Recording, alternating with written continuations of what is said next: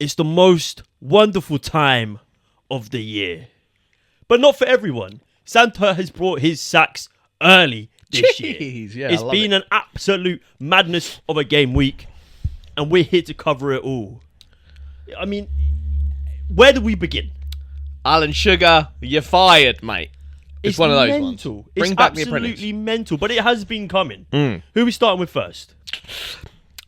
Wolves. Let's start with Wolves because we are self-proclaimed Gary O'Neill fans, whereas Big we're fan of not Gary O'Neill. Russell Martin fans. So we'll start with Notoriously not a Russell Martin fan. so we'll start with our Lord and Saviour, Gary O'Neill. and then we'll move on to Russell Martin. Just to preface this, I'm happy that he's got Christmas off because I think he deserves it. Come on, he's a hard He worker. looks like a man who needs Christmas off. And when you're dealing with these petulant little fucking children like Cunha, Ryan Nuri, Lamina, probably fucking The rest of them as well. Oh mate, yeah, the rest of them donuts. I but mean, yeah, it is just pure embarrassment for the club, isn't it? so where did it all go wrong? Let's talk about it. So they brought him in after Bournemouth got rid of him in favour of Andoni Iraola, and then he came in and they just went on this amazing run, and they were just such a good team to watch. They gave some top teams some really good games, and they were just a fun, exciting team. You're getting the best out of players, and then it started to. And last season was good, and I don't think many people would have had them predicted to be in a relegation battle this year. No, God no. And we thought, well, he is the guy. He's sort of like the understated manager. He's not a flashy name. He's not a player who had like, a star-studded career winning Premier Leagues. He was linked to the England job. Well, that's what I was going to say. Yeah, in the summer, Gareth Southgate leaves, and Gary gets linked. Bingo bongo. And he wasn't sort of one of the favourites, but I think it just went to show his pedigree that he's already been linked with the England job, having only really been a top tier manager for 2 seasons. And then this season, I don't know what happened, but Wolves just didn't kick on at all. Well, let me tell you what happened. In the summer, they sold captain, centre-back, Rock, even though he hasn't kicked on very much at West Ham, but Max Kilman, big loss. Yeah. Also lost Pedro Neto. You could say, oh yeah, bit injury prone, cash in, good money. But he won you like 12 points a season just by himself. Game changer of a player. And you see that like the recruitment's dip, like you're not spending as much as a club. So there's a little bit of wobbly times there. And then obviously going into the new season, a lot of new players, a lot of players that Gary O'Neill's come out in the media and said they're not ready for this level. A lot of youngsters that aren't ready. So that hasn't helped. And then, very hard start to the season. We actually spoke about that. I think their beginning kind of run in the season was very hard. They had Arsenal, they had Liverpool, Man City. Yeah. They played all the big boys sort of in like the first sort of 10 games. And then there was a little patch where they got a couple of good results. Yeah, but the positive like spin was that they're scoring every game. They're literally, I think they scored in like 10 out of their first 11 games, but they lost about 8 of them. And it was always that defensive issue. Like I think they got pumped by Chelsea, didn't they? Well, they can see like 6 to Chelsea, and they were leaking goals for fun. And then you look back and you think, well, Max Kilman's gone. Who they've got as centre backs like Craig Dawson, mate. Mental. Well, I've got a note here. Some of the like you were saying, they've had some like pretty comical matches. They played Brentford, lost 5-3. Against Bournemouth, conceded a hat trick of penalties. Against Everton, they conceded 4 set pieces. It's just, recipe for relegation. And then the straw that broke the camel's back, a 2-1 loss the other night against Ipswich, that's a relegation 6-pointer there. After El Sakiko as well. Exactly that. So that's 4 defeats in a row for Wolves. Leaves them 4 points from safety. Yeah. It's not looking good, Brev. I mean, the damning thing is that they have got a really talented squad. Actually, maybe that's a bit overzealous. I think they've got talented players. They've got a few real like shining stars, and I think Matheus Cunha is like the main man at the minute. Yeah. But when they're acting like that after games, the club is just gone. Oh mate, it's a mess. Like it happens once, it's bad. Back-to-back games, different players. Like you've stripped your captain of their captaincy. Your best players out there pulling glasses off random men, elbowing like stewards or something. What's wrong with you? The dressing room's gone. Who do you think you are? Yeah. Well, you think because you're a Premier League footballer that you can just go throw like blind elbows against like some 60-year-old bloke who just wants to protect people from getting hurt at football? So tapped. Pathetic. I hope he gets banned for a long time. I think they're looking into that, aren't they? What's there to look into? He's elbowed a guy in the back of the head and he started to take his glasses off. You know? Glasses thing is so do you know what I mean? It's mental. Who the fuck do you think you are? Yeah, because if that was a fan doing that to him, that fan would get locked up. If a fan ran on the pitch and elbowed Mateus Cunha in the back of the head, that fan would be in prison. We saw it in the Jack Grealish thing. The Jack Grealish incident. Yeah. The Birmingham fan came on the pitch. You get locked up. He'd get a stadium ban. Where's Mateus Cunha's stadium ban? Who does he think he is? Because he's a Premier League footballer. You just get away with it. Baller though. He is a baller. No, I'm joking. And I will miss his fantastic fantasy Premier League points. No, but yeah, it's tapped, and that's like it's just like an indictment of the Wolves situation at the moment. You got players that either think they're too big for the club or think that they're too big for a relegation the club scrap. Has very quickly turned sour. Very quickly after what was been like a prosperous sort of last 5-6 years since they come up from the Championship. With they've Nuno, been to Europe. They've signed they've had some really top quality players come through the ranks. Ruben Neves, Diego Jota, Jimenez. Yeah, they've had really, really good, fun, exciting times. And now I think just some bad recruitment, some bad eggs in the changing room has completely spoiled this. And maybe it's unfair on Gary O'Neill as a manager who's still fairly new to the management game. Yeah, especially like it's new to like upper Premier League. Maybe jumped into Premier League too quickly. But but we know he's a good manager. I think both his Bournemouth team and his Wolverhampton team have shown at times that they are really well set up, really well structured. Even against the top teams who are playing at their best, they still create chances. Take him at QPR? Not at the minute. If Marty went, I would have him 100%. But I still believe in Marty. I love it. Although Sheffield Wednesday are getting rid of their manager. Well, it's the role guy, isn't it? Yeah. Well, we'll go get on to that. But talk to me about. So Wolves have reacted pretty quickly to the sacking, or them sacking. I'm sure they had someone in line anyway, and they do. Tell me about the replacement. Yeah, I've forgotten his name already. Vitor Pereira. I think is his name. Yeah. Is that his name? Yeah, Vitor Pereira. Yeah, he's Portuguese. So they went with the tried, true and tested method. Surprised he didn't maybe go for Jose. Or maybe the dressing room, they're all speaking Portuguese and Gary doesn't know what the fuck they're going on about. It could be a real thing that a lot of it's getting lost in translation. Yeah. Get up the pitch. Yeah, it probably is, to be fair. Yeah. Football's meant to be the universal language, though. What are these ones? But yeah, he's a bit. I think he's a bit of a nut job. I feel like he's a Portuguese manager. Went to Brazilian League. Played with managed Corinthians. Did really well there. Blatantly lied to the club. Said, "Got to go back to Portugal, mate. Mother-in-law's ill." Mother-in-law is always a lie. 100%. It's always a lie. Because you don't care about the mother-in-law. Yeah, mother-in-law. He doesn't have one. Yeah. This guy's a shagger. And then 10 days later, he was signed as Flamengo's head coach. So I rate the shithousery. To be now fair. he's That's like managing Pep. Al Kebab. Come on, that would be like Pep. Once the 115 charges get dropped and Man City go down to League 2, he goes managing United. That would be scenes. I'd rate him so highly for that. My man needs a retreat, That'd not be Man United. so good. That might kill him off. Yeah, the scratches on his head would be fatal. But yeah, I can't pretend that I have too much information about this guy. I think Everton were interested in him. Yep. Yeah, I don't know. Time will tell. I think what will stop Wolves getting relegated is the fact they have so much more quality in their squad compared to pound for pound they've got like Southampton, European level players. Yeah, for sure. Night and day, and it will all be about how they recruit. I think now is if you're going to get rid of your manager, now is a good time because you've got the January window coming up. You still got a few weeks to work with your manager, identify some key players, some key positions you need to sort of strengthen him, and we go from there.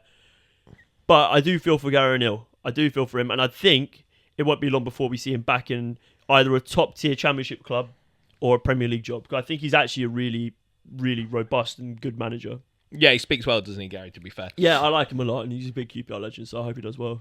One thing I want to say about Wolves before we move on to Southampton. Here's a stat for you. I'll whack it on the screen. The stat, man. They've conceded 16 goals this season from set pieces.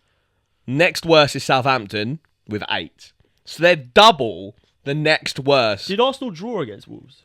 No, we won 2-1. Oh yeah, Or it's when 2-0. Kai 2-0, Havertz I got think. like choke slammed. Yeah. Yeah, And a finger up the bum. that's where it all went wrong. Yeah. When you're hiring man to shove fingers up bums, your club's a weird place. But yeah, 16 goals from set pieces. We're only like fucking 12 games into the season. It is mad. That is actually nuts. Maybe it is just defensive frailty because I think they have conceded a lot of goals as well. Because it always seems like, I mean, just that Bournemouth game was a prime example. It was like Bournemouth scored, Wolves scored, Bournemouth scored, Wolves scored. And like, it's backwards and forwards. They're like just a shit version of Spurs. You know, like Wolves games are always pretty entertaining because they can't defend, but they've got good attacking talent. Yeah. So yeah, I don't know. It's a sticky one. I think they'll be fine. Do you think? I think they will. Yeah, money on the line right now. Are they getting relegated? No.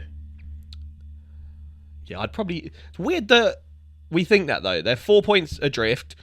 Like we said, getting a very unknown manager, kind of...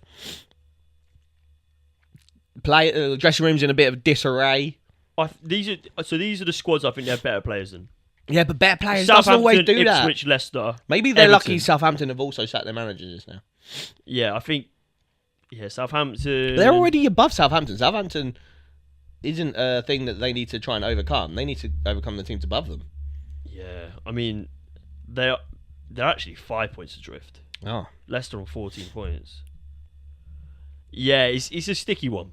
They have conceded 40 goals this season. I do also agree. I think they'll be safe, but I think if you look into it, scratch a bit beneath the surface, maybe they won't. But I think that maybe they're just going sort of like all guns blazing. Like this is either going to blow up in their face, this managerial appointment, or it's going to be like a godsend. I think Could be a big jam. fiery manager is kind of what you need.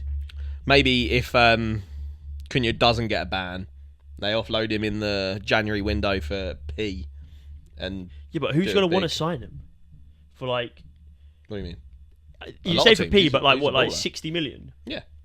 Yeah, I don't know if it's going to do him anything though. Like, who did they get in? I know. They sold Max Kilman for like 50, and did they bring in anyone really like notable? True that. Right. They're sort of their go upcoming on. fixtures though. They've got Leicester away, which is a big game. It's a 6 pointer. But Leicester are kind of on a high under Ruud van Nistelrooy. Yeah, I mean they got battered on by Newcastle. Yeah, we won't talk about that. They've got Man United at home, Tottenham away, Forest, Newcastle, Chelsea, Arsenal. Right, Villa, so that bit Liverpool. Yeah, all right, shut up. I mean, that bit at the end's hard.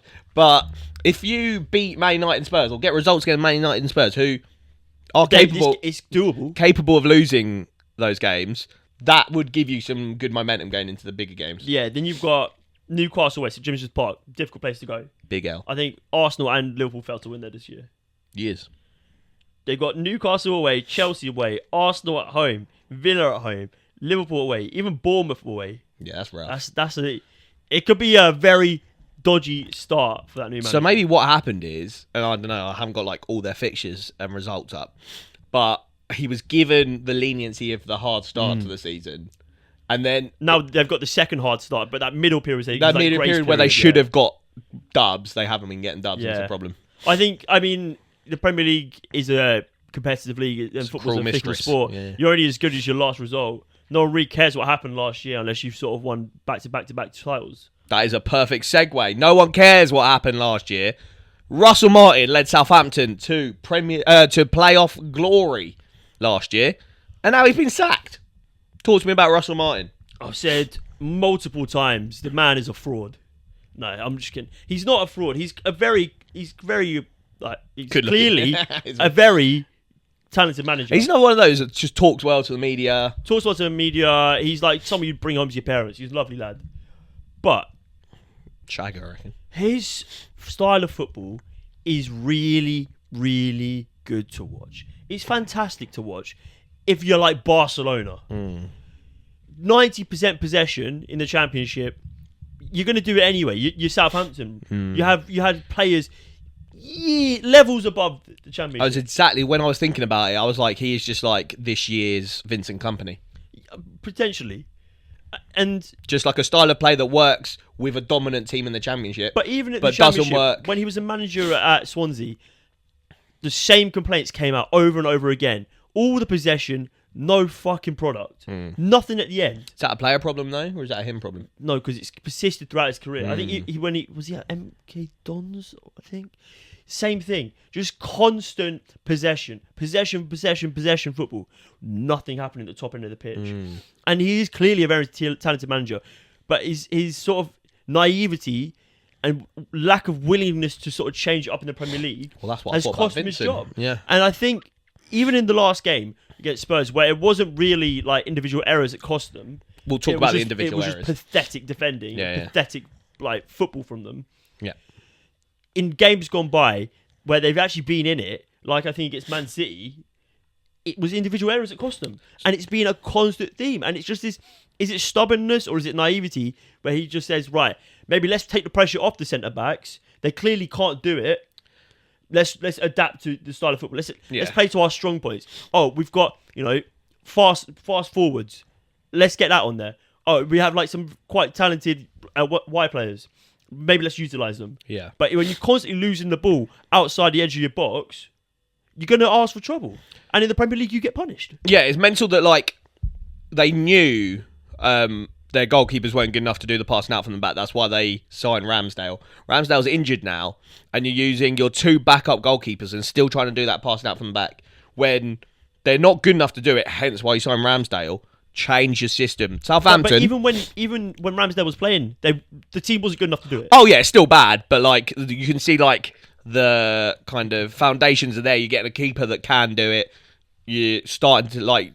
You'll probably like if you solidify yourself in the Premier, you'll get centre backs in that can do it. I mean, Taylor Harwood-Bellis, I think, is an outstanding centre back. Yeah, and very capable. But he's still young.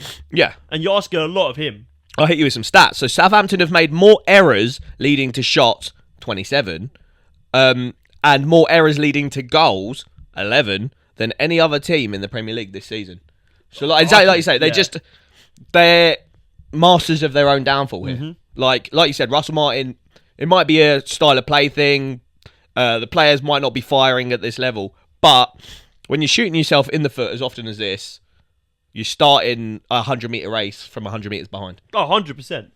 And you take that to the bank. I mean, I think a lot of the reaction to this from Southampton fans has been sort of like, well, he probably had to go, but I don't think it's going to get better. Who the fuck wants to take that Southampton job?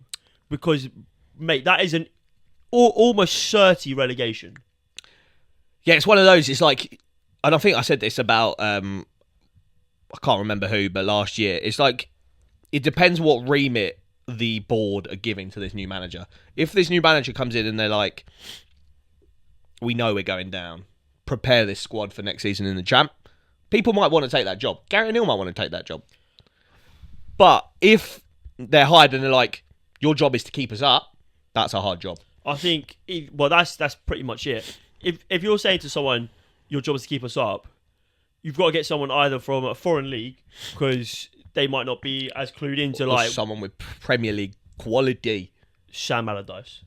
I was going to say Graham Potter, if they can do it. Mate, he would not touch that with a wizarding wand. Jeez! He would never go near But yeah, it. well, I think a lot of people won't if the remit David is Moyes, keep us up. I've seen linked.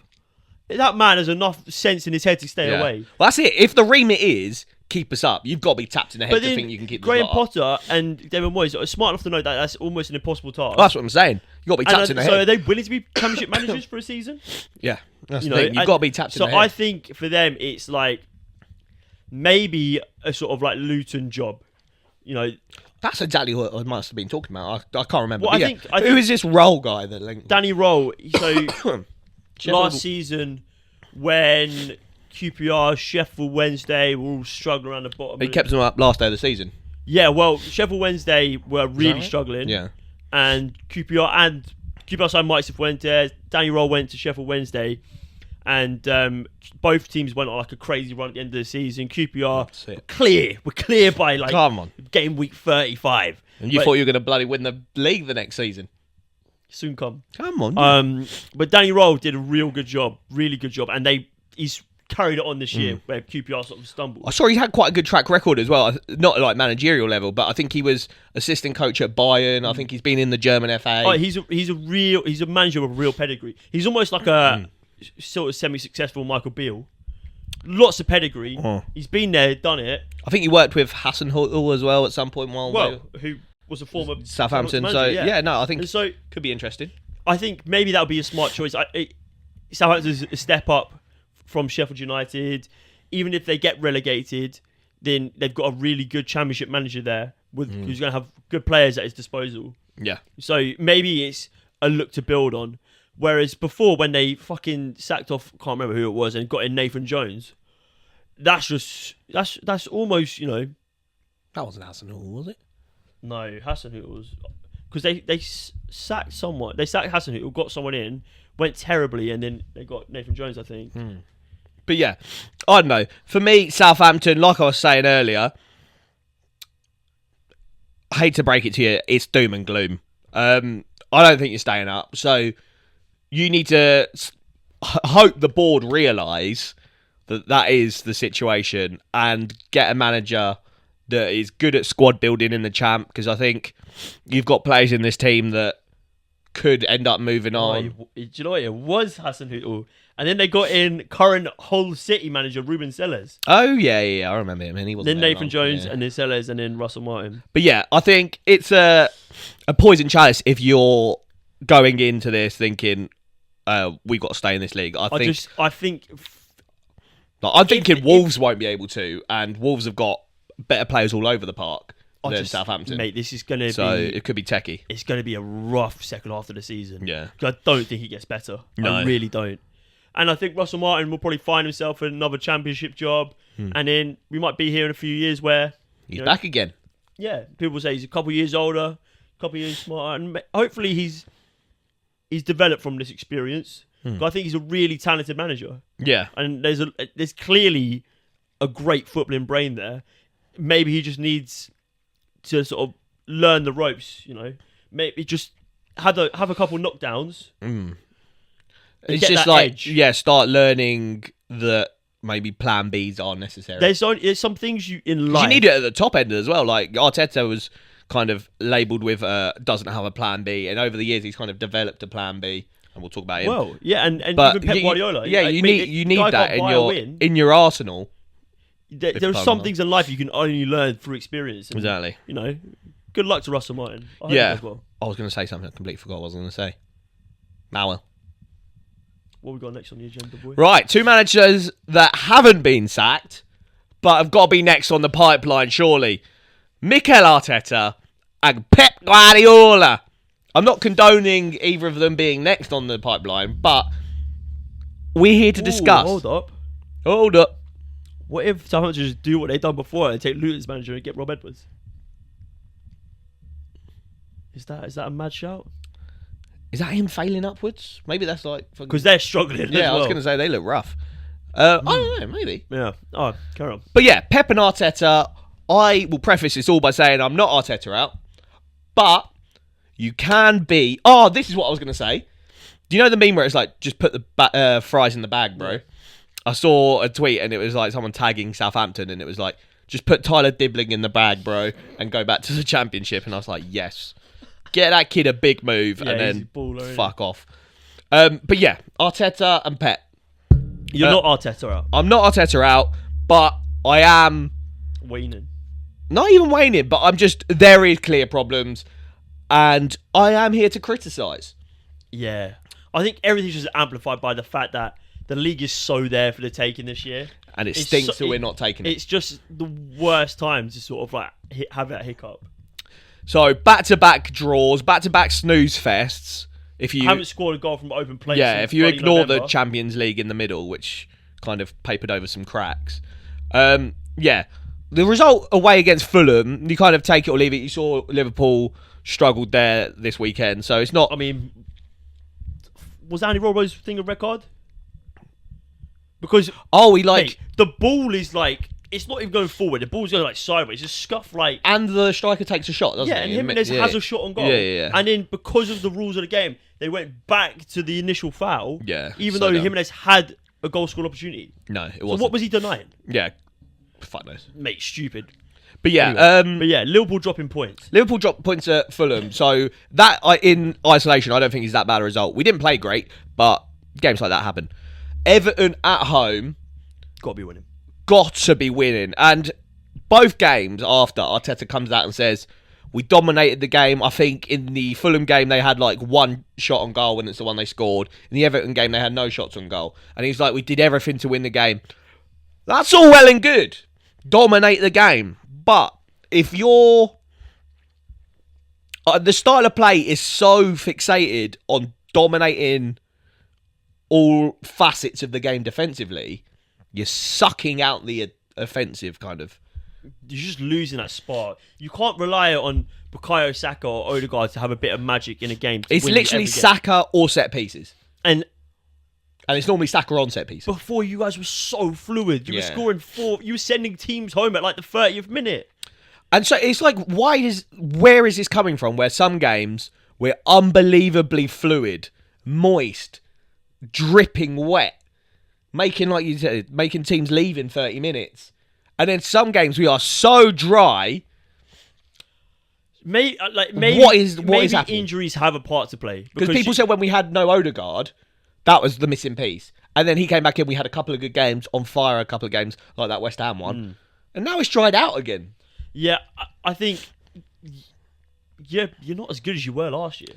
Yeah, I think we're definitely, like, a few players are definitely level, not even a level below, like multiple levels below. Like so Martinelli. I think Havertz has dropped a little bit. Ben White being out for a period of time isn't great because he's such a solid player for you. Him and Bukayo Saka have such a good partnership. Yeah. Calafiori being out, not having like a real designated left back, being makeshift. Gabriel missing a couple games here and there. You're playing Partey in this like makeshift right back role. Don't like that.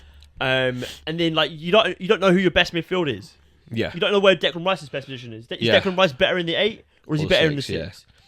Does Martin Marino Odegaard play on that? has been asked to do everything. He has to set the whole tempo for the game. Yeah. There was points where you're better playing with Jorginho in the midfield with Rice. Oh, well, he played in that West Ham game, and that's why. And so, because it just takes that little bit of that tempo setting off Odegaard and allows him to maybe actually play a little bit higher at the pitch and drop into the pockets because Jorginho can find the pass. Going forward, your front line stinks. Yeah, Saka is like, you know that meme of like the 3-headed dog or the dragon. It's like Bukayo Saka is like serious, and then the other two dingbats. I mean, Gabriel Jesus. I've seen people call him a terrorist. That's out of order. My favourite like meme of him is like a picture of Alex Lacazette, and it's just Jesus' face on there. Martinelli, I hate to see it, but you see Thierry Henry's piece on Martinelli on Monday Night Football the other night. So he said that like Martinelli's best asset is his pace, but they showed like 3 clips in the Everton game where like he has a defender 1-on-1 and then just recycles the ball, and he's just lost that kind of instinct. And is that coming from Arteta? Yeah. Is that coming from him? Is it coming from injuries? I mean, we know that Pep coaches that out of actively players. coaches that. So maybe Arteta. Maybe that is part and parcel of it, because I refuse to believe that after like one injury he's like lost all ability to take anyone on. And I love Martinelli, but if he refuses to take people on, he doesn't offer anything. No, he doesn't have that build up. He doesn't have that like sort of ability to interplay. Like his game was beat people, just direct attacking football. The seasons where he's putting up like double figures, where he like burst on the scene, and he was just, I feel like every week he was just cooking Trent for some reason. But yeah, and he couldn't even cook Ashley Young. No, mate, literally exactly mental. And yeah, and then I don't know what's like Havertz, Gabriel Jesus, like time again you call for a striker. Yeah, Havertz went on like a really decent run where I think he was like one of the top form like I'm strikers. So unsure on Havertz. Like the other week on the pod I said he was 3rd best striker in the Prem. I got cooked on TikTok for saying that. Oh, mate, that's nuts. But some weeks I'm like, this guy, his football IQ is better than most strikers. But other weeks I'm like, this guy just isn't a striker, so, maybe. Like, I don't understand he's him. Such a confidence player. I don't understand him. If you have a couple rocky games, if your ship is sinking, you do not want him in your team. In your boat. Yeah. Because instead of plugging the holes, he's gonna be just freaking out. That's what I see on the pitch. I think we need to get back to days where we have just like a killer up top, like Giroud. Thierry or Giroud, but also he had like no killer instinct. Well, he was at Arsenal, he had none for some reason, and then moved on. Actually had any good strikers since Van Persie, yeah. Dennis, back those days where like Bagsman, even Sanchez, like give me that guy. Yeah, but we need. at the moment we've only got Saka. Yeah. and you can't rely on this guy to just do everything. Yeah, my baby boy is getting cooked out here. I think he's gonna just burn out. He's going to end up at Real Madrid. I'm going to be so sad. An injury to him. Yeah. Oh, season's dead. Right off. Lucky he's a robust boy. Yeah. But yeah, if he gets injured, we're in trouble. James is going to be breaking into Saka's house trying to figure out what he's eating. Yeah, literally. Oh, talk about eating something that might make you invincible or robust. Mudrik's under investigation for illegal doping, mate, which is mental. Taking performance-enhancing drugs and not getting any enhanced performance is mad, and then getting done for it. That is so mental. Class. That is mental. I rate it, mate. Maybe he's like one of those where he just fucking like took a Viagra. Doesn't he have like a tattoo that says like hard work beats talent? And he's just taking drugs. Come on, free my guy. Man's up on the pez. Yeah, free my guy. Right, Peden Hazard. It's because like Peds performance enhancing drugs. I thought you meant like peed in a jar. That's quite good. Yeah. Fuck knows what's going on. This will go on more BoreDraw TikTok, not actual BoreDraw TikTok. Right, anyway, up to Manchester. Pep Guardiola losing 2-1 in a home Manchester derby. So I think they've lost Manchester derbies, but I don't think they've lost a home one in like a long time. Manchester United have sort of become Man City's bogey team. They beat him in the FA Cup. I'm absolutely here for it. I mean, Ten Hag and Amorim have both beaten Man City. When have Arsenal done that? Community Shield. Do you see Arteta say that counts as trophies? God knows what's going on. But yeah, let's talk about Pep Guardiola. The Carabao Cup could be a springboard to other trophies. Bro, you got to win it first. Yeah. Pep Guardiola, I think... Oh, mate. He just looks like 10, 11 losses in a row? God, I don't think it's 11 in a row. No, not in a row. It might be like one win in 11. Yeah. But it stinks.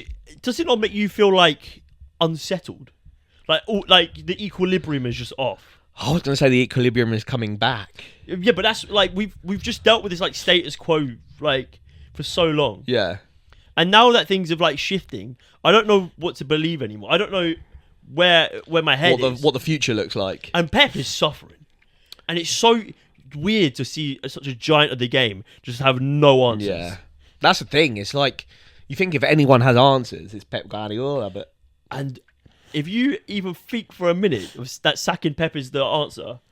Oh, yes, absolutely. How do you replace the best manager in the world? Maybe the best manager in the history of the game. Yeah, because this isn't even the grass isn't always greener. This is like... The grass is almost certainly... The grass cannot be greener. Yeah. Then what? 6 Premier Leagues in 7 years, a Champions League. A treble. The grass cannot be greener. So everyone else's grass is a bit yellow. Yeah. And in Man City's like front lawn, it's just crisp, pristine green. That's the best grass you'll ever taste, mate. Mate, that's what 115 charges can buy you. Come on. But why is it... Well, we've kind of discussed... the game was just shit. Man City just looked... I mean, both teams looked fucking yeah, but Man United, we know But Man United were just... They just stuck to their task. They knew that they weren't going to have all the ball. Yeah. And they... Sort of their remit was, well, if we could get at their wing backs, we can get in behind. Yeah. And they did.